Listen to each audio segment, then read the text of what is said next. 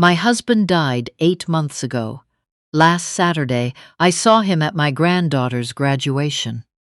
I had dressed carefully that morning, put on the blue dress my daughter always said made me look like myself, and driven 40 minutes to the high school where Sophie was graduating.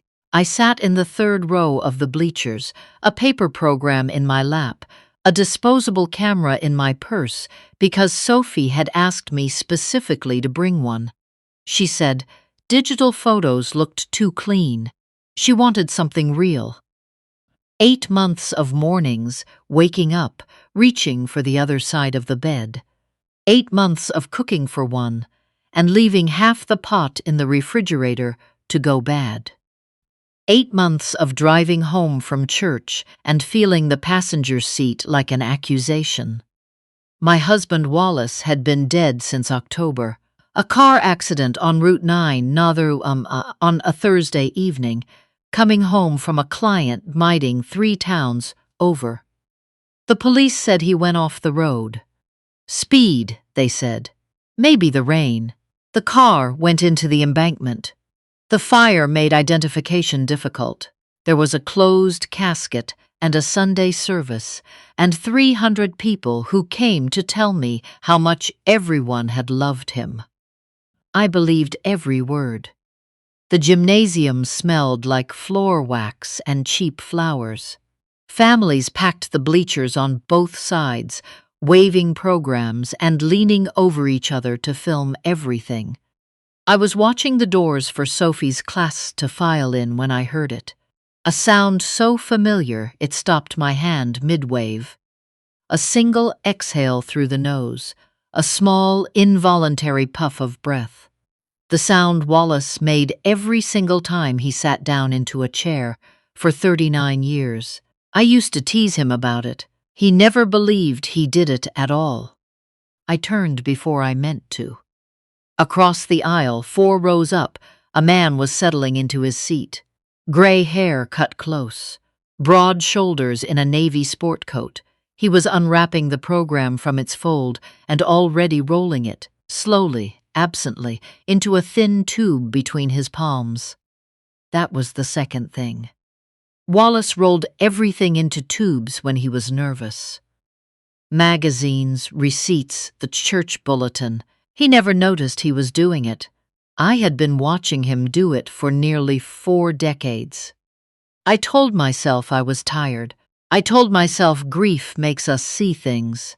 I told myself that 8 months is not a long time and that the human mind is capable of extraordinary cruelty to itself. And then he pushed up his left sleeve to check his watch. The scar was there, a wide, pale ridge of skin running from his wrist to just below the elbow. He got it the first summer in our house in Cartersburg when the propane line on the grill failed and the flash caught his arm before he could pull back. He wore long sleeves for 6 months. He hated it. Even after it faded to silver, he hated it. He never wore short sleeves in public. Not once. Not in 39 years. The man across the aisle was wearing short sleeves. And the scar was there like a signature. My program fell into my lap. Someone next to me said something. I did not hear it. I stood up. I do not remember walking across the gymnasium floor, only that my legs moved without permission, and that by the time I reached him, the procession music had started and everyone was turning to watch the graduates file in. He was looking toward the doors. I stepped into the row beside him and said his name, Wallace. He turned, and for 1/2 second I saw it. Not recognition exactly. Something faster than that. A flinch. The kind a person makes before they remember they are supposed to stay still. Then it was gone. I'm sorry, he said. Wallace. I said it again because I did not know what else to say. I think you've got the wrong person. His voice was careful, the same low register, the same slight roughness from years of talking too much, and sleeping too little. My name is Lawrence, Lawrence Briggs. No, I said, no, it isn't. People near us had begun to stare. A woman beside him, mid-50s, dark red hair, a boutonniere pinned to her cardigan, touched his arm with the ease of someone who had been touching it for a long time. "Is everything all right?" she asked. He did not answer her. He was watching me. "I have a photo," I said. My hands were shaking badly enough that I nearly dropped my phone twice before I found it. A picture from 2 Christmases ago. The two of us in front of the fireplace, his arm around my shoulders, both of us holding mugs of cider.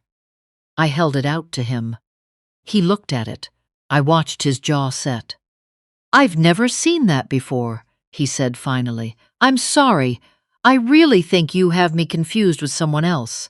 It happens." He glanced at the woman beside him, then back at me. "Are you here alone? Do you have someone with you?" The same voice, the same careful kindness he used with people he wanted to manage. "Show me your left arm," I said. He went very still. "Show me your left arm," I said again, quietly, like I was asking something simple. He did not move. The woman beside him looked from him to me. Her expression had changed. "I have to watch my grandson graduate," he said. "I'm sorry for whatever you're going through." He turned back toward the floor, where 212 high school seniors were walking in to pomp and circumstance. I stood there for a moment. Then I sat down, 1 row behind him and 4 seats over, and I did not watch my granddaughter walk across the stage. I watched him. He clapped in the right places. He filmed on his phone. He laughed when someone near them laughed. He was so perfectly normal that I began to wonder, for just a moment, if I was wrong. If 8 months of grief had finally done what I'd been afraid it would do. Then, halfway through the ceremony, he shifted in his seat, and he exhaled through his nose, that small, specific puff of breath, and he rolled the program tighter between his palms. I was not wrong. After the ceremony, I watched him from a distance. I did not chase him. I memorized the license plate of the silver pickup truck he walked to in the parking lot. I filmed it from 50 feet away with my phone. I watched the red-haired woman climb into the passenger seat. I watched a teenage boy with a graduation cap throw his arms around my husband's neck. I stood there in the parking lot while families streamed past me with balloons and flowers. Then I found Sophie and held her for a long time. She said I was crying. I told her it was happy tears. I drove home the long way, which I never do, and I sat in my driveway for 20 minutes before going inside. My house was quiet. It is always quiet now. I made tea I did not drink and spread everything across the kitchen table. Phone photos, the license plate number, a copy of Wallace's obituary from the local paper, like I was building a case file. Because that is exactly what I was doing. I called my daughter that night. She answered on the second ring, her voice alert and warm the way it gets when she's trying not to sound worried. "Mom, you okay? How was the ceremony?" "I need you to come over," I said, "tonight." A pause. "Is something wrong? Did something happen to Sophie?" "Sophie is fine. Come over, please." She arrived 40 minutes later. She let herself in with her key and found me at the kitchen table. She looked at the spread of photos and papers, and her face went immediately careful, the way it does when she's preparing herself for something. "I saw your father today," I said. Silence. "At the graduation," I said, alive, sitting across the gymnasium. "Mom, I know what I saw." "Mom, you've been through so much."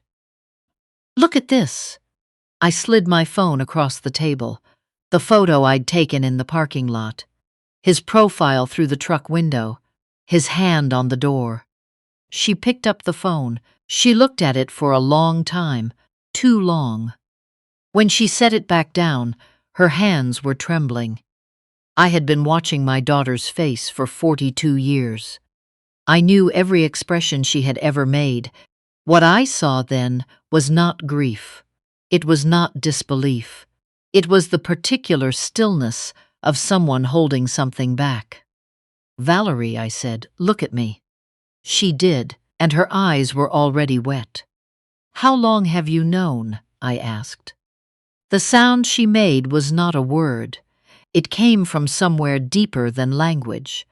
She pressed her hand over her mouth, and I sat very still and waited, the same way I had waited through 39 years of marriage, through hard conversations and harder silences, because I had learned that patience is not the same as surrender.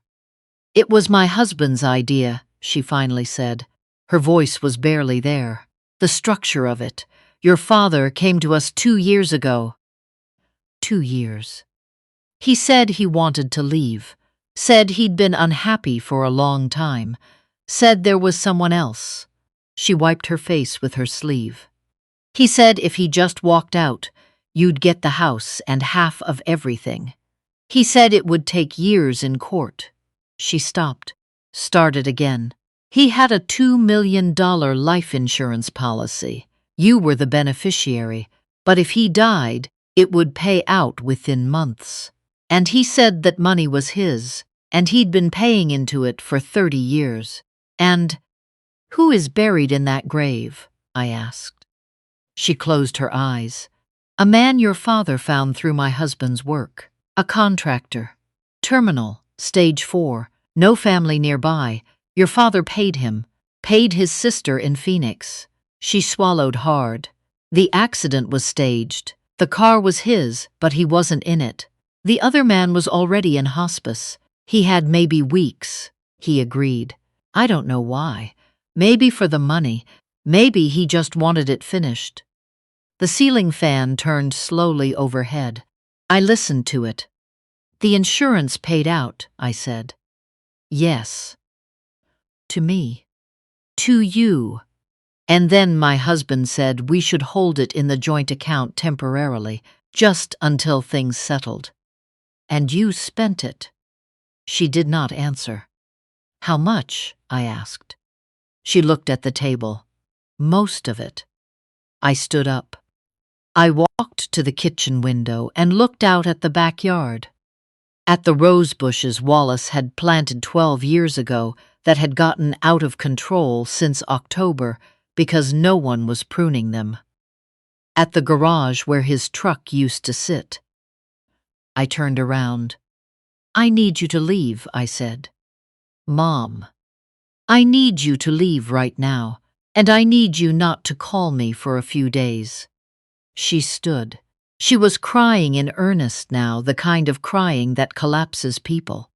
I watched her, and I felt something I had no name for. Not hatred, not even grief. Something quieter and colder than either. "I'm so sorry," she said at the door. "I know you are," I said. I closed it behind her. I did not sleep that night. I sat at that kitchen table until 4 in the morning, moving through the facts the same way I used to reorganize the card catalog at the school library where I'd worked for 26 years. Methodically, without sentiment, looking for what was out of place. By morning, I knew what I was going to do. I drove downtown to a firm I'd found online. The kind of office that doesn't advertise much. Second floor, glass door, a single line on the directory. The investigator was a woman in her late 40s, sharp-eyed and businesslike, with a short ponytail and a notepad she never stopped writing in. I told her the facts, not the emotions, the facts. She did not blink. When I finished, she said, "What you're describing is insurance fraud and identity fraud, minimum." If there's documented collusion with family members, it expands significantly from there. How long will it take? 2 weeks, maybe 3. What do you need from me? She named it. I wrote the check. Over the following days, I drove past the house I had tracked him to, a brick ranch 40 minutes from mine, with a red door and a flagpole in the front yard. I drove past it at different hours, wearing sunglasses, using my daughter's old car, which I still had a key for. I learned his schedule. He left every morning at 7:15 in the silver pickup. He returned around 6. He walked a beagle around the block before he drove anywhere. The woman with the red hair was named Rowena. I found that out later. She had met him at a conference in Charlotte 11 years ago. She believed his name was Lawrence Briggs. She believed he was a widower. She had no idea. The investigator called me 17 days later. "Come in," she said. "Bring coffee if you want. This is going to take a while." The folder was thick. A fake driver's license and social security card in the name Lawrence Briggs. Issued with falsified records. Bank accounts opened under that name, with nearly $800,000 funneled through business accounts over the 3 years before the accident. The life insurance disbursement, $2 million. Sent first to me, then wired in segments to the joint account my daughter shared with her husband, then dispersed through a series of transfers to shell accounts they had opened using contacts from his construction business. And then the last document, a series of phone records between Wallace's old number, which he'd supposedly used until the day of the accident, and my daughter's cell. Calls the morning of the accident. Calls the day before. A call the night of the funeral. I sat with that for a long time. The attorney I found specialized in fraud and in financial crimes. She was direct and moved fast. She reviewed everything in one sitting and told me we had enough for federal charges. Insurance fraud alone carried serious time. Add the false identity documents, the wire transfers, the forged death certificate, and it became something much larger. "I want it documented completely," I said. "Every number verified and every signature traced." "Then I need your daughter on record," she said, ideally in her own words. That was the hardest part. I called my daughter 2 days later. I let my voice go soft. I told her I wasn't angry anymore. I told her I needed to understand what happened so I could move forward. I told her I wanted to meet for lunch. She came without hesitation. I had a small recorder in my coat pocket. I had rehearsed every question until it sounded like grief instead of strategy. I asked her to walk me through the timeline. I asked how the transfers were structured. I asked who had signed the insurance claim and where her husband's contacts in the county recorder's office had come in. She answered everything. She was relieved to be talking. She believed, I think, that confession was the same as absolution. It wasn't.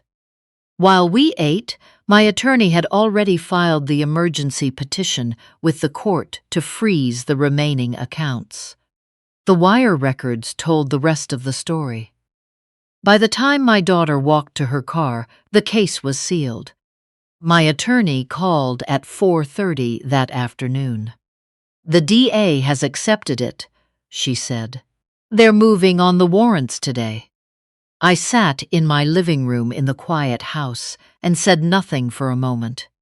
"Thank you," I said finally. The next morning, I drove to the brick ranch with the red door. I parked in the driveway. I did not hide. I did not sit across the street or wear sunglasses. I walked to the front door and rang the bell. Rowena answered. She looked at me with polite confusion. the kind reserved for strangers who might be selling something. "I'm here to see Lawrence," I said. "It's urgent." She hesitated. Then she stepped back and let me in. He was in the kitchen, leaning against the counter with a mug of coffee. He heard my footsteps in the hall before he saw me, and when he turned, what crossed his face was not surprise. It was something older than surprise, something close to the look a person gets when they have been waiting for something terrible, and it finally arrives. "Naomi," he said. "Just my name." After 8 months of being dead, he said my name like I'd come to pick him up from the airport. I held out the envelope. "These are from my attorney," I said. "Read them before you do anything else." He took it with both hands. He opened it slowly. I watched him read. I watched the color leave his face line by line, the way water drains from a sink. "You went to the DA," he said. "Yes." He looked up. "Does she know?" He meant Rowena, who was standing in the doorway, very still. I turned slightly. "He is my husband," I said to her. "We've been married for 39 years. His name is Wallace, not Lawrence. He is not a widower." The sound she made was very small. The mug in her hand tipped. Coffee spread across the floor, and neither of them moved. "Naomi." His voice broke around my name. "I know I don't deserve anything from you. But our daughter—" "Your daughter made her own choices," I said, "the same way you made yours." He put his hands flat on the counter. "Everything I built. You built it with me," I said, "and then you decided it was only yours to take." Sirens, faint but growing, drifted through the kitchen window. He heard them. His head dropped. "You didn't have to go this far," he said. "I didn't go anywhere," I said. "You did, I just followed." I walked back through the hallway. Rowena was pressed against the wall, her hands over her mouth. I stopped beside her. "I'm sorry," I told her. And I meant it. She had been lied to just as completely as I had, for just as long, with the same practiced ease. I went outside. The morning was bright and cold, that particular quality of November light that makes everything look clearer than it is. I sat in my car and watched the police cruisers pull up. I watched 2 officers walk to the red door. I watched it open. I did not watch what happened after that. The following weeks moved through the courts with the blunt efficiency of a system that has seen everything. My husband was taken into custody. My daughter and her husband surrendered themselves 3 days later. The insurance company launched its own parallel investigation and froze every account connected to the fraud. My daughter called me once from the county jail. I answered. "Mom," she said, "I didn't think." "I know," I said. "That's the problem." We were quiet for a moment. "I love you," I told her. "I have always loved you. But love is not the same as protection, and it was never supposed to mean this." She was sentenced 8 months later. 18 months in a federal facility, 3 years probation, full restitution ordered. Her husband received more. The fraud charges carried federal weight that made his attorney's job very difficult. My husband did not go to trial. He suffered a massive stroke 6 weeks after his arrest, while awaiting a competency hearing. He spent 3 weeks in the hospital. He died on a Wednesday morning, without a service, without a gathering, and without anyone who loved him in the room. I was notified as next of kin. I arranged the cremation. I requested no service. He had already had 1 funeral, and I had already cried through it. I was not doing it again. The insurance company recovered the majority of the disbursed funds through the court process. What remained after legal fees was mine. I paid off the second mortgage I hadn't known he had taken on our house. I repainted the kitchen a color I had wanted for years, and he had always vetoed. I signed up for a watercolor class on Tuesday evenings at the community center 2 miles away. I visited the cemetery where the other man was buried, the man who had agreed to die in my husband's place, for reasons I will never fully understand. His name was Earl Vance. He was 63 years old. He had worked construction his whole life and had a sister in Phoenix and liked old westerns. I found all of that through the investigator's report. I stood at his grave for a while. I did not know what to say. I said I was sorry he had been made part of this. I said I hoped wherever he was, it was better than what he'd left behind. It was not my grief to carry, but it felt wrong not to acknowledge it at all. That was 6 months ago. My daughter will be home before this year is out. We have begun writing letters. They are short and careful. There is a long road between where we are and anything I would call forgiveness. But I am not closing the door. I am simply making sure that when she comes through it, she understands exactly what she walked away from and what it cost both of us to get here. My house is different now, not because I redecorated, though I did that too. It is different because it belongs to me in a way it never quite did when I was half of something else. I sleep in the middle of the bed. I leave the television on when I want to and off when I want to.